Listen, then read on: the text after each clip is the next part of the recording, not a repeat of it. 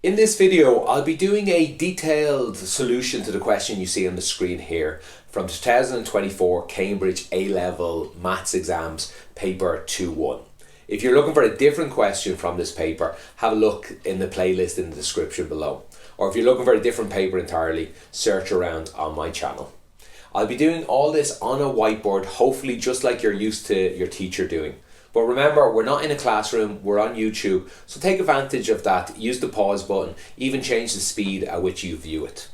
If you do find this video useful or any of the videos on my channel, I do greatly appreciate a like, a subscribe, a share, or even a super thanks. In question 5, they give us this equation here with exponentials in it, sorry, just one exponential in it, and they tell us it has exactly one stationary point. That's very important to the question. And then they tell you to find dy dx. That's a little clue what to do next. Find dy dx and show that this equation appears. That's a little more complicated. We'll deal with this a little later. For now, let's just get dy dx, and hopefully you've put dy dx and stationary point together to know that the answer should be 0. The derivative of this should be 0. And when they said exactly 1, that just meant there's nothing complicated here, we're just going to get one answer out of it. So let's find dy dx. How do you differentiate something that divides? We have a formula for that, the quotient rule. Dy dx of something like this is, let's see, it's the bottom row left alone. So it's just, we leave the bottom row alone for the moment, and we multiply that by the derivative of the top row. The derivative of 1 is 0. So the derivative of e to the power of anything is, it's left alone, e to the power 2x, just leave it alone, and then multiply it by the derivative of what's up here.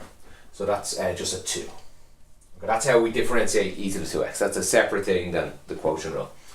The quotient rule continues. The bottom row multiply the derivative of the top minus the top row left alone, e to the 2x, multiplied by the derivative of the bottom. The derivative of the bottom is just 3. That's 0, and that's just 3. It's just 3. Then we divide all of that by the bottom row squared. So we have 1 plus 3x squared. Big mess. Quotient rules are often very messy. What's great here is it's a stationary point. That means it equals 0. And what that means is we can multiply both sides by this. That disappears, and it multiplies by 0. It stays gone. It's just 0. So we're left with a bit more manageable here. Let's multiply all these out. 1 times this, we get 2e to the 2x. 3x times this, we get 6. We have an x in there, and we have e to the 2x. Take away 3 times 1, that's minus 3. And then take away 3 times ex, that's minus 3 e to the 2x. All that equals 0. These two are the same. They're both e to the 2x. There's 2 of them here, and there's minus 3 of them here. They just combine. We get a 6x e to the 2x, this guy, minus 3, and that becomes minus 1, or e to the 2x, equals 0. At this point, you could do lots of things. You could start moving stuff around, but you'll never be able to solve this. We don't have the ability in A-level to solve this question. It is solvable. In fact, well, we're not gonna solve it exactly. We are going to find the answer in this question. But it's a differential equation. Again, it's not in our course at the moment. But what we can do is rearrange this to different equations. And thankfully, they told us what we're looking for.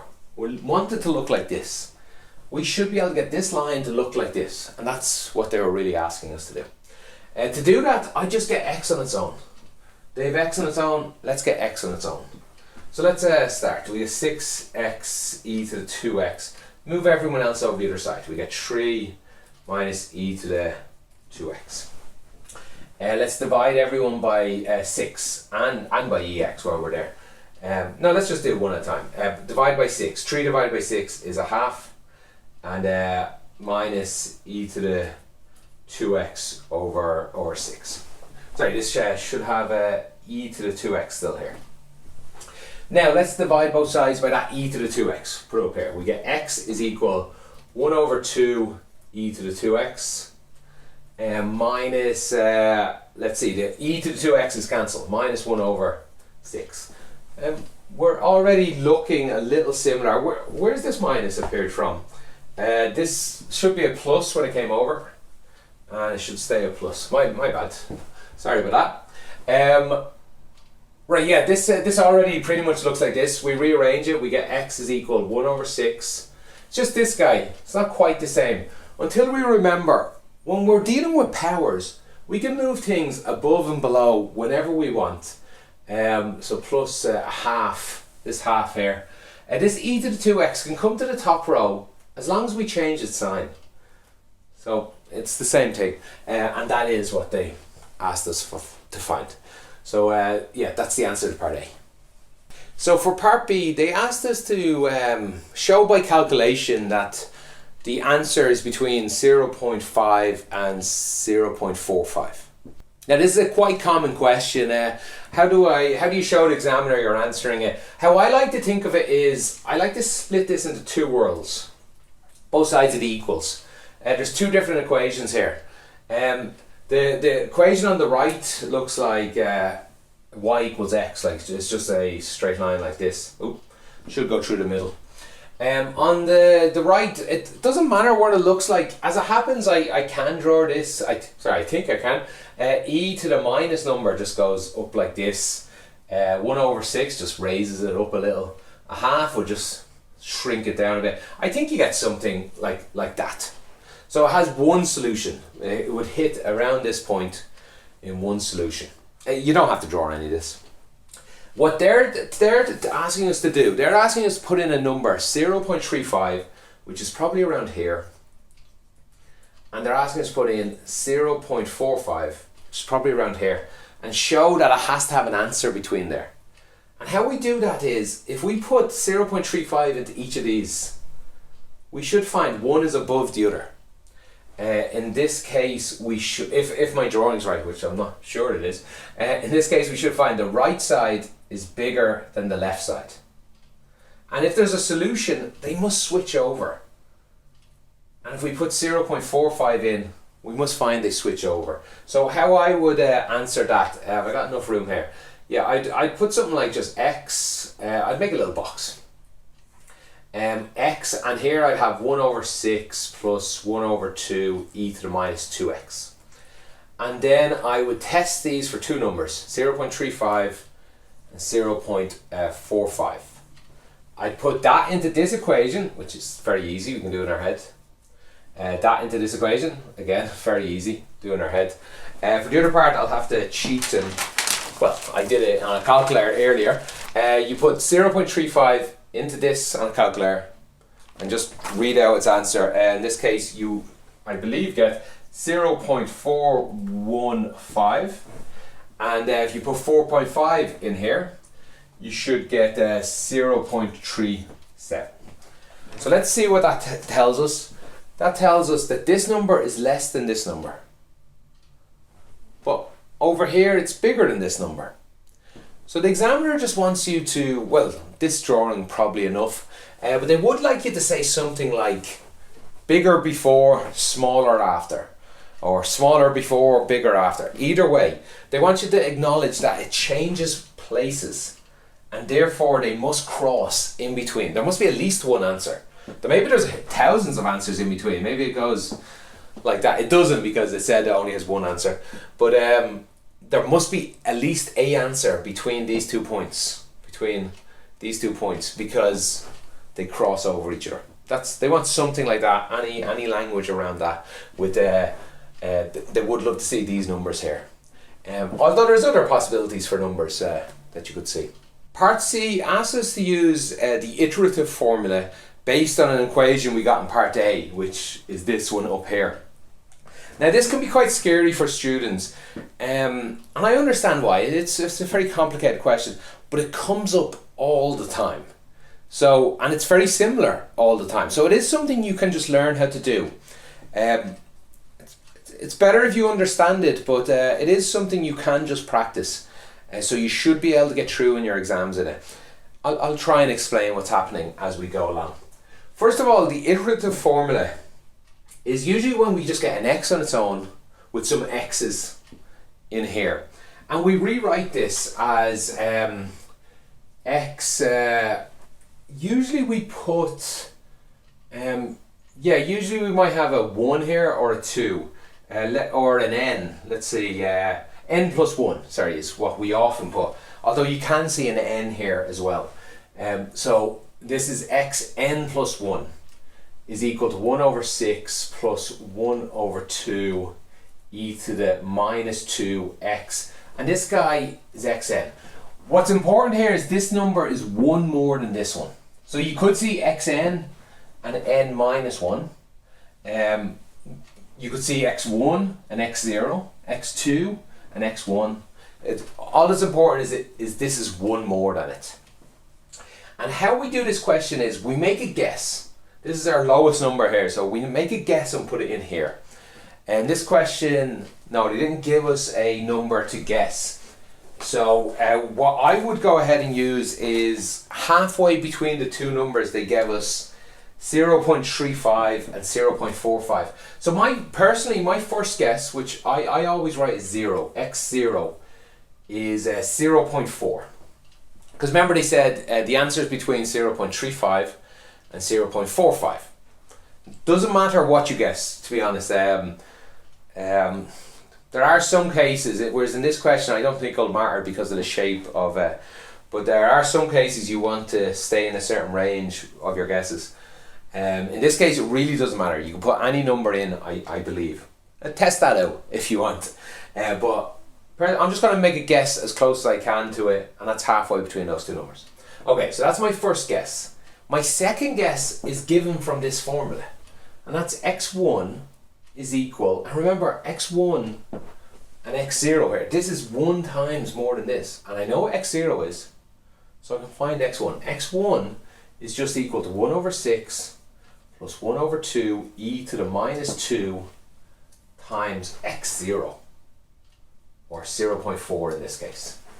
And if you put all that into a calculator, you'll get, they often ask for this, they want the answer to 5 decimal places each time you do it, but ultimately they only want the answer to 3 decimal places. So we'll write both of them in. The 5 decimal places, this is 0.39, sorry about that, 0.39133, which the 3 decimal places would be equivalent to 0.391. Sorry, 3 significant figures, not decimal places. Okay, you need to stay doing this. In this question, for this number I've picked, you'll have to do it 5 times. That's a lot of writing, a lot of complex thing. So I am going to help you out by showing you a shortcut using a calculator. Now I can't show you too well. 1, I'd have to zoom in on the calculator, and 2, everyone has different calculators. So I'm just going to tell you the general idea to do this. The first time I do this line here, what I would really write is, I would write on my calculator 0.4 equals. And what that does is, that means your calculator will now save the answer as 0.4. The calculator's brain will say, oh, the previous answer was 0.4. So that's what I want to do for this line. And the next line then on the calculator, I would write in very carefully with lots of brackets if I need to, 1 over 6 plus 1 over 2 multiplied by e to the minus 2 times answer.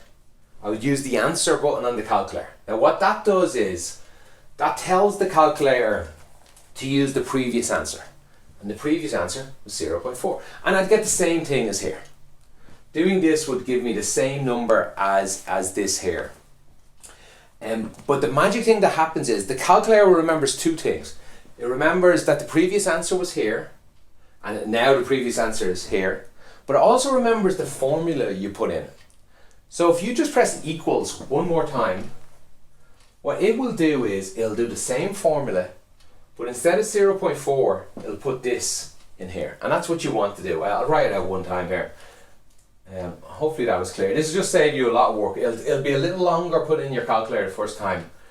0.39133.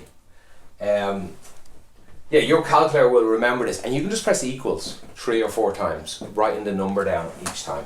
It's just a little shortcut. If you don't follow what I mean there, ask your teacher, they'll hopefully show you what I mean, because it's different with each calculator, so it's better to have someone that knows to show you on your calculator.